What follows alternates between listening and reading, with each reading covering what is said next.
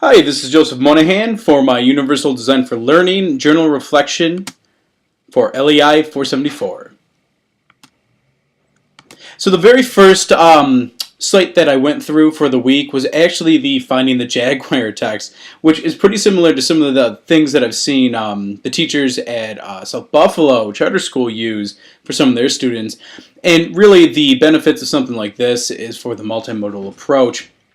The fact that you have visual images, pictures, sometimes they'll have actual progression of these cartoons. The auditory, which is of course the narration from the authors, which I love. I also like when they have sort of the kinesthetic buttons in which you can hit to get sounds for particular characters or environmental factors. I like that because it's a little more interactive. And of course the text, having the text there is very important. The little Terry's tips I thought were kind of cute.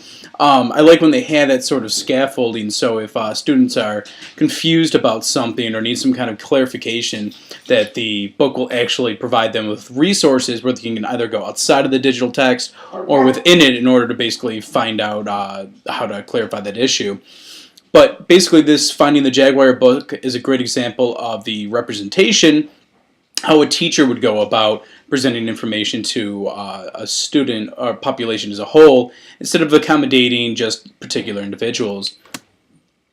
Then we have lessons in UDL. Of course, I, being an ELA teacher, decided that I would like to look at the English, the ELA lesson plan that was available on the website, which took us to Read, Write, Think, a website I've actually used quite a few times in the past. I love going on there, finding ideas, and then adapting it basically for my own students. The biography study was really interesting and it incorporated quite a few things to include the KWL chart, timeline tools, digital research, biopoems.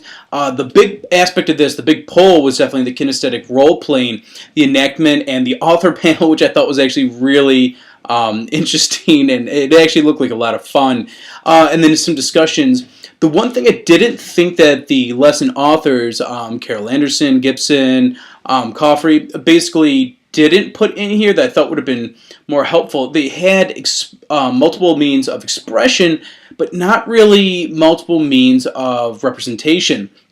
They incorporated some digital text and some website URLs that could be effective, but I almost think that the materials that they provided were a bit too broad, that providing some specificity for the students might have actually been helpful.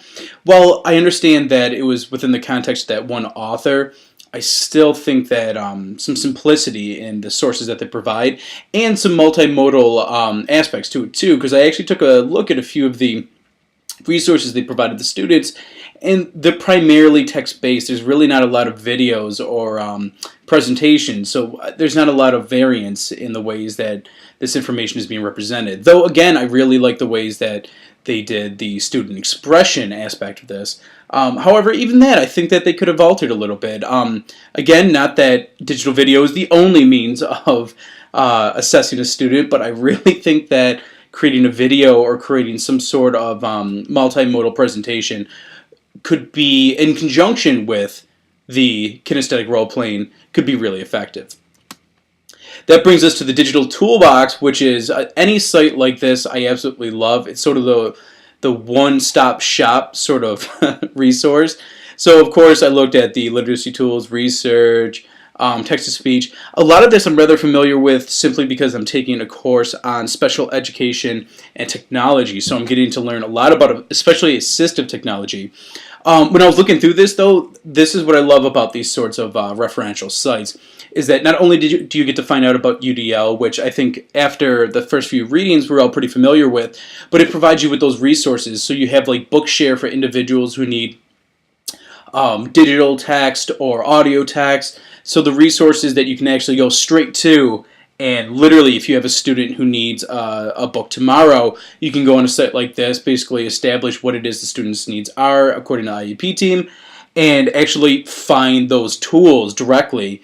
While I'm not a math teacher by trade, it's also kind of helpful to have the math tools, the research tools, basically anything that you could use throughout that scaffolding process, whether between you or cross-curricularly, to help out your peers in establishing sort of like how you want to go about providing supports for that student.